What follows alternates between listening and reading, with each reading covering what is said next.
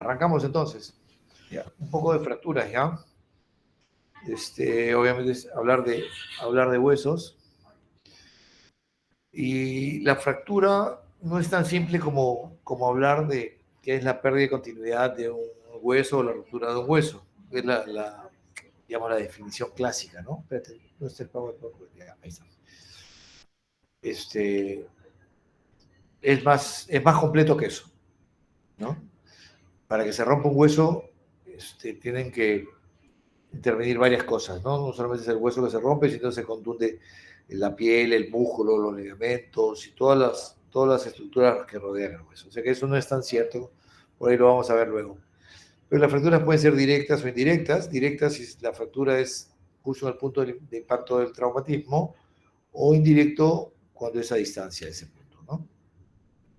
La idea es ver un poco algunos principios del manejo de fracturas, para lo cual recordemos un poquito la estructura del hueso. Tenemos hueso cortical, que es el hueso duro, y el hueso trabecular o esponjoso, ¿no? Ahí vemos en estas ventanas, vemos el hueso compacto, ¿no? En esta fotografía electrónica, y el hueso esponjoso.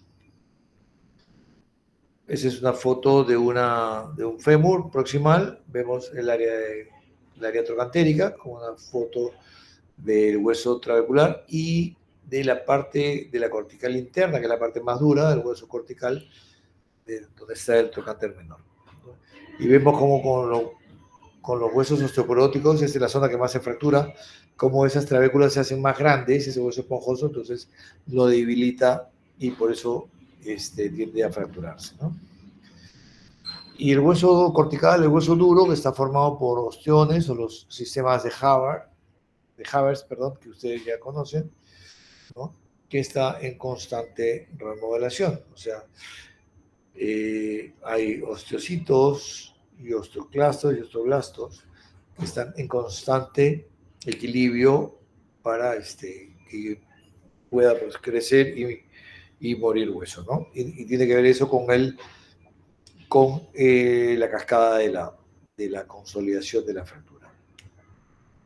Entonces las fracturas tienden a curarse espontáneamente, ¿no? Si uno deja el hueso solito, fracturado, el hueso roto va a soldar. Si uno lo único que necesita es que esté cerca, un poquito de movimiento y va a ser su callo. ¿Nosotros qué hacemos? Nosotros cuando intervenimos es darle, digamos, asegurarnos que haya una alineación, que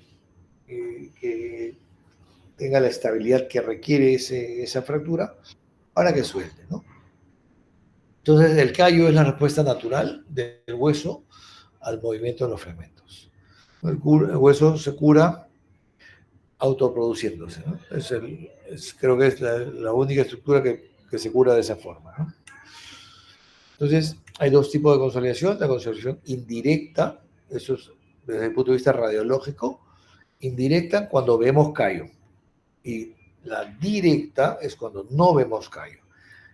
La directa generalmente es la que cuando nosotros hacemos una osteosíntesis buscamos una estabilidad absoluta. Aquí en este esquema, en esta foto, ustedes ven un radio, el hueso radio que se ha fracturado, acá está la fractura al medio. ¿Ven mi puntero? ¿Mi cursor? Hola. El cursor no se puede observar, doctor.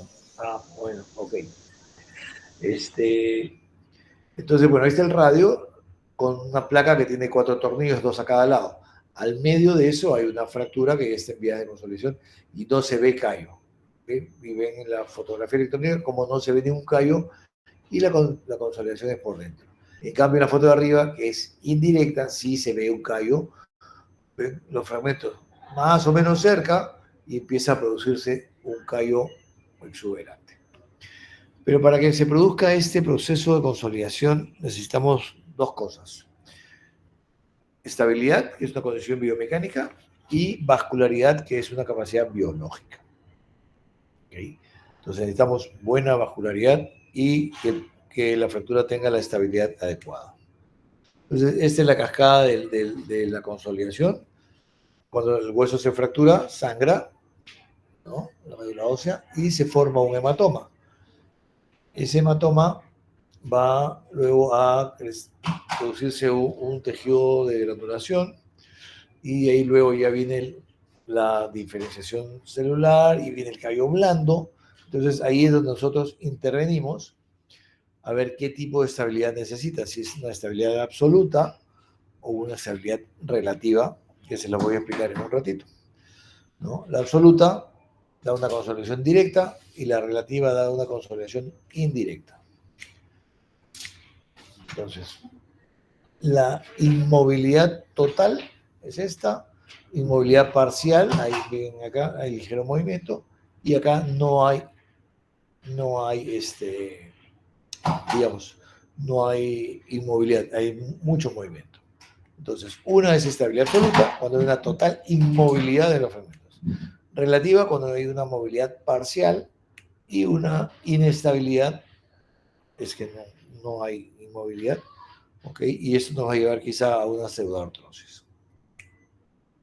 Entonces, vamos un espectro desde la estabilidad absoluta, con solución directa. Acuérdense de esos términos, por favor, porque eso lo vamos a repetir siempre y lo van a ver en el transcurso del curso cuando vean otro tipo de fracturas. Sus profesores les van a repetir muchos términos, ¿no? Estabilidad absoluta, consolidación directa. Inestabilidad, pseudoartrosis, que ya es una complicación de una fractura, ¿okay? Y estabilidad relativa, que nos lleva a una consolidación indirecta con callo óseo. Nuevamente, inmovilidad total, estabilidad absoluta, poco movimiento, estabilidad relativa. ¿Cómo logramos una estabilidad absoluta? Con compresión, con técnicas de compresión, y la relativa con técnicas de ferulización. Luego lo vamos a explicar para que lo entiendan mejor. Hay 4 tipos de fuerzas que actúan sobre un hueso largo, lo que nos da una carga sobre el mismo eje, una carga axial. Hay 2 momentos de flexión, que es antero-posterior, y los laterales, ¿correcto? Entonces el hueso se puede fracturar con esos movimientos.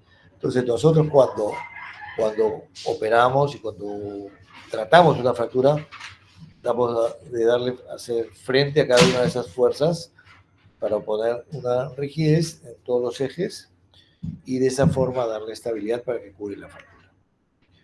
Las fracturas pueden ser abiertas o complejas, cerradas o simples, múltiples o comminutas, o fracturas también incompletas, ¿no?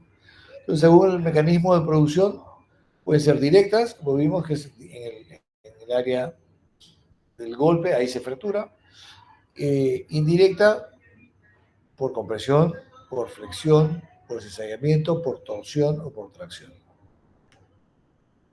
Incompletas, generalmente las de los niños, que son fracturas de tallo verde, o las llamadas fisuras, que no es otra cosa que una fisura, es una fractura incompleta, ¿ok? El torus, que es una fractura en rodete, que lo vemos en los niños, con huesos los huesos son muy elásticos en los niños, y hacen como una pequeña compresión y hacen un rodete pequeñito que hay que estar muy, muy atentos cuando se produce. Y las fracturas completas, que pueden ser simples, comminutas o desplazadas, ¿no? Esto, por ejemplo, es una fractura oblicua corta, ¿okay? Ese es un fémur, una fractura oblicua corta. Eso es una fractura comminuta, como ven, tiene múltiples fragmentos, ¿okay? Eso es una paciente mío con una fractura de fémur por proyectil de arma de fuego. Ven cómo tiene múltiples fragmentos. O esa es una fractura espiroidea, este también es un fémur. Ven cómo ese es un mecanismo de rotación, de torsión. Acá no ha habido un trauma directo, acá ha habido una rotación, pues es una fractura por mecanismo indirecto. Ha rotado y el hueso se ha fracturado en forma espiroidea. Para hablar todos el mismo idioma, hablemos de la clasificación, ¿no? Alfanumérica, que es la clasificación AO, que la usan en todo el mundo, es universal. Entonces tenemos que miren este esqueleto, el 1 es el brazo, o sea, el húmero, 2 es el antebrazo, 3 es el muslo, ¿okay? O el fémur, y 4 es la pierna con la tibia y peroné. Entonces, lo mismo, también le damos números a los segmentos. 1 es el segmento proximal, 2 es la diáfisis y 3 es el segmento distal. Entonces, ahora viene el tipo de las fracturas. Las A son las simples, que son a 2 fragmentos, como ven acá en el esquema de la derecha. La B tiene un tercer fragmento o una cuña. Y la C ya es la multifragmentaria o compleja. Entonces acá tenemos el hueso húmero, que es el 1, en la diáfisis es el segmento 2, y tenemos la 2A, B o C, correcto. Eso es la parte de los huesos largos, en la diáfisis. En los tipos de fractura en los extremos, en las metáfisis y epífisis, son las fracturas articulares. Entonces, la A son las que no comprometen la articulación. La B son parcialmente articulares y la C totalmente articulares. ¿Okay? Entonces, acá lo pueden ver mejor aquí abajo. Extraarticulares, parcialmente articulares. ¿Qué significa? Que una parte de la articulación está en continuidad con toda la diáfisis. Y en la de abajo, completamente articular, que quiere decir que hay una... que digamos que la diáfisis no está en continuidad con esta parte articular. Ese es un ejemplo. A ver. ¿Están atentos? ¿Qué hueso sería este? El fémur. Número. 3, 4. ¿Ah? 3. 3. Correcto. ¿Qué segmento? 2. Diáfisis.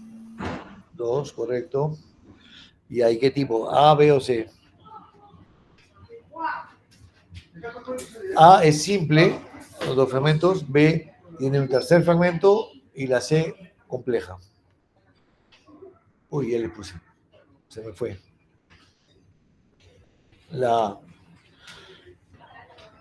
Ese es A, pero tranquilamente alguien podría decirme que es una B porque ve acá un tercer fragmento. Pero no está suelto, está pegado todavía a un fragmento, ¿no? Pero ya es cuestión de interpretación. Podría prestarse alguna duda. Cuando hablamos de fracturas también tenemos que hablar de las partes blandas. Partes blandas juegan un papel muy importante en el manejo de la fractura. Para eso usamos la clasificación de Cherny, la cual tenemos un grado 0, que no hay lesión de partes blandas, grado 1, que hay una abrasión superficial, una contusión moderada, edema. El grado 2 ya empiezan a haber flictenas, como en la foto.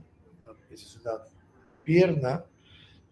Es muy frecuente ahora ver esto con los accidentes de tránsito de moto. Entonces, ese es un grado 2, por ejemplo. Y la grado 3 es lo mismo, pero ya asociado a un síndrome compartimental o lesión de grandes vasos. Eso sí es una emergencia y hay que hacer una fasciotomía. ¿Okay? Importante el cuidado de las partes blandas, entonces. Y así hablamos de partes blandas, también tendremos que hablar de las fracturas expuestas. Ahí hablamos de la clasificación de Bustillo y Anderson, que tenemos las de primer grado, que son heridas muy pequeñas, puntiformes, generalmente de dentro hacia afuera. ¿Okay? Las grado 2, que ya son heridas más grandes, más de 1 centímetro, hay más contusión, más edema, ¿okay? Que es como la de la foto. La grado 3, ya hay una gran contusión, hay pérdida de piel, y esta podemos dividirla en 3A, 3B y 3C, siendo la 3A es aquella que es una exposición grande, pero que tiene todavía una buena cobertura ósea, o sea, podemos cubrir el hueso. En la B ya hay demasiada exposición y las partes blandas no se pueden cubrir, y donde necesitaremos pues, colocar injertos y colgajos de partes blandas, ¿no? Y la C es lo mismo, pero ya asociado a lesiones vasculonerviosas, las que terminan pues en amputaciones, ¿no? Hay algunas excepciones a la regla. Por ejemplo, hay lesiones por herido de bala, que las heridas son pequeñitas, puntiformes generalmente, pero son consideradas como grado 3 por el tipo de lesión y el tipo de germen que pueden llevar, ¿no? Lo mismo si son accidentes en diferentes ambientes, ¿no? En una granja, donde hay un basural, etcétera. El germen es diferente, mucho más agresivo, entonces tiene que tratarse como una fractura tipo 3. Si hablamos ya de fracturas expuestas, hablemos de la fijación externa, que es el manejo temporal de las fracturas expuestas generalmente. Entonces vamos a usar una fijación externa para fijar la fractura temporalmente hasta que mejoren nuestras partes blandas. ¿Okay? Entonces ven esto acá, es un manejo temporal. El fijador externo fue concebido como un manejo temporal de las fracturas. Ahora, que podemos usarlas como manejo definitivo, sí, también. Pero tienen algunas complicaciones, como ven acá, el no cuidado o el mal cuidado de los pines pueden llevar a una infección de las partes blandas y llevar una infección de afuera hacia adentro y producir también hacia una osteomelitis, ¿no? Pues por eso que son para tratamientos cortos, periodos cortos. Pero en nuestro país todavía hay sitios donde los usamos como tratamiento definitivo, ¿no? Pero llévense ese concepto que es un manejo temporal de una fractura expuesta o una lesión grave con un síndrome compartimental. Esto es la semiología, un poco de una fractura.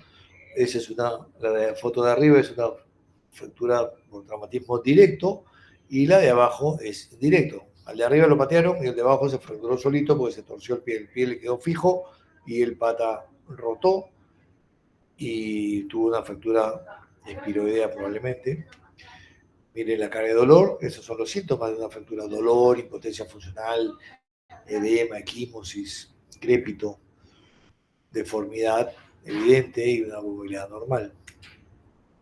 El diagnóstico por imágenes, esta foto es para que vean, la de la izquierda es una radiografía convencional, que es una fractura del platillo tibial. Ven acá el platillo, el lado externo, el que está hacia el lado del peroné es el platillo externo, que está fracturado. Pero aparentemente es una fractura que se ve en su sitio, pero si nosotros a ese mismo paciente le hacemos una tomografía, vemos cómo la articulación se ha deprimido y hay un grave defecto ahí. Todo lo que ven en este bordecito blanco de la tibia, del platillo tibial, miren acá esos fragmentitos blanquitos que se han ido hasta abajo. Todo eso hay que restituirlo y que logren hacer una línea con la articulación para poder luego fijarlo. Entonces, el mensaje es que a todas las fracturas articulares en general les pidan, además de una radiografía, una tomografía para poder ver el desplazamiento de la articulación y poder hacer una buena planificación de lo que vamos a hacer. Entonces, el tratamiento de las fracturas pueden ser conservadores o quirúrgicos. Conservador no significa que no lo estamos tratando, sí lo estamos tratando, pero con yesos o yesos funcionales o lo que hay ahora muchos aparatos ortésicos, ¿no? La idea es que cuando nosotros los tratamos en forma conservadora, o sea, sin operar, hay que hacer seguimiento muy periódico, muy de cerca, hay que verlos semanalmente, tomarles radiografías, a ver si no ha habido desplazamiento de esa fractura que inicialmente le hemos manejado así, ¿no? Y ya si hubiera un desplazamiento, o lo corregimos o hacemos ya el plan B, que sería la cirugía. Y si los operamos, entonces ahí sí tenemos que ir a nuestros principios de estabilidad absoluta y relativa, ¿no? Con los métodos de tornillos de tracción, de placas de compresión, soporte, banda de tensión para lograr estabilidad absoluta, y el método tutor, que es con clavos extramedulares o intramedulares, o placas extramedulares también, en estabilidad relativa. Ese es un ejemplo de un principio tutor. Por ejemplo, esa es una fractura de fémur, ¿okay? Como es una fractura diaficiaria del hueso largo, no necesitamos una estabilidad absoluta. Lo que requiere este fémur es una estabilidad relativa, que lo alineemos y lo fijemos en este caso, con un clavo endomedular. Entonces el clavo sirve como un tutor interno para evitar que se desplace la fractura, que se angule. Le ponemos unos tornillos o unos pernos de bloqueo para evitar que rote, y al paciente, como van viendo cómo se mueve la flecha, va al movimiento, va haciendo su callo. Entonces ven el término que el paciente empieza a caminar y ya va haciendo un callo, porque el movimiento de los fragmentos, el pequeño movimiento, porque no es un gran movimiento, es un movimiento muy controlado, con eso se hace y se estimula la formación de callo. A diferencia de la compresión, que lo utilizamos para las fracturas articulares generalmente, ¿no? Es la ausencia del movimiento en el sitio de fractura y la superficie no se va a desplazar bajo carga. Entonces, ese es su platillo tibial. Esta línea roja semeja a una fractura, ¿no? Y como van a ver, este tornillo es un tornillo de tracción, un tornillo esponjoso, que va a hacer que se junten los dos fragmentos, le hacen compresión y ya con eso no se va a mover más. Obviamente que un tornillo solo no va a ser suficiente, probablemente le necesitemos agregarle ahí algo más para darle más estabilidad. Pero ese es el principio, ¿no? De hacer una compresión en el sitio de la fractura. Entonces le aplicamos una fuerza axial y no se va a desplazar. Pero como les decía, para eso tenemos requisitos biológicos, que tengamos una buena vascularidad, tanto para la estabilidad absoluta como para la estabilidad relativa. Entonces debemos comprender el tipo de fractura que tenemos, cómo están nuestros tejidos blandos y qué tipo de paciente tenemos. Si es un paciente joven, si es un paciente viejo, si es diabético, si es hipertenso, si es fumador, etcétera. Todas las características que puede tener un paciente, ¿no? Entonces tenemos varias cosas. ¿Qué fractura es? ¿Qué hueso es? ¿Qué tipo de fractura? ¿No? Los tejidos blandos, si están bien, si es Cherne 1, 2, 3,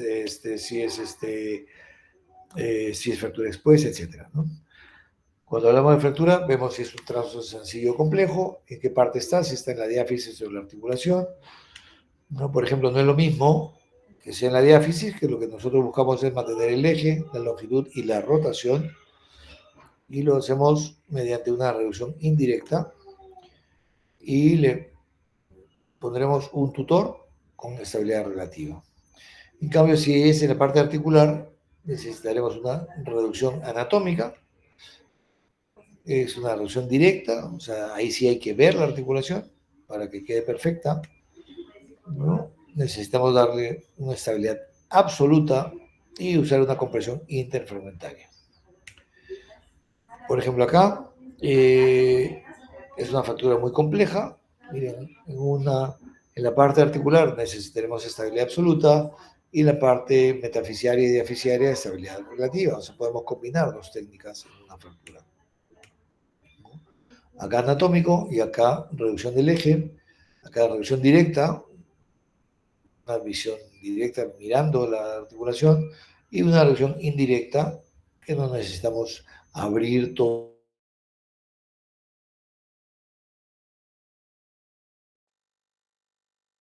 esto, ¿no? Cuando hablamos, oh, perdón, uy, ¿qué fue esto?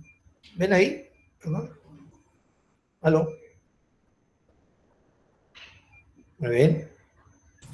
Aún se ven las diapositivas, doctor. ¿No? Entonces, si hablamos de tejidos blandos, tenemos que ver si es que hay flictenas, si hay aparición de síndrome compartimental, o es una fractura expuesta, ¿no? Oye, espérate, ¿qué pasó acá? ¿Qué pasó acá que no puedo ver esto?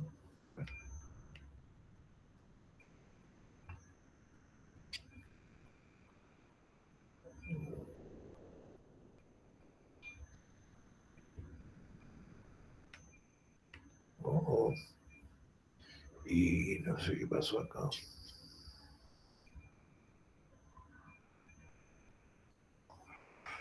Uy, ahora no pasa.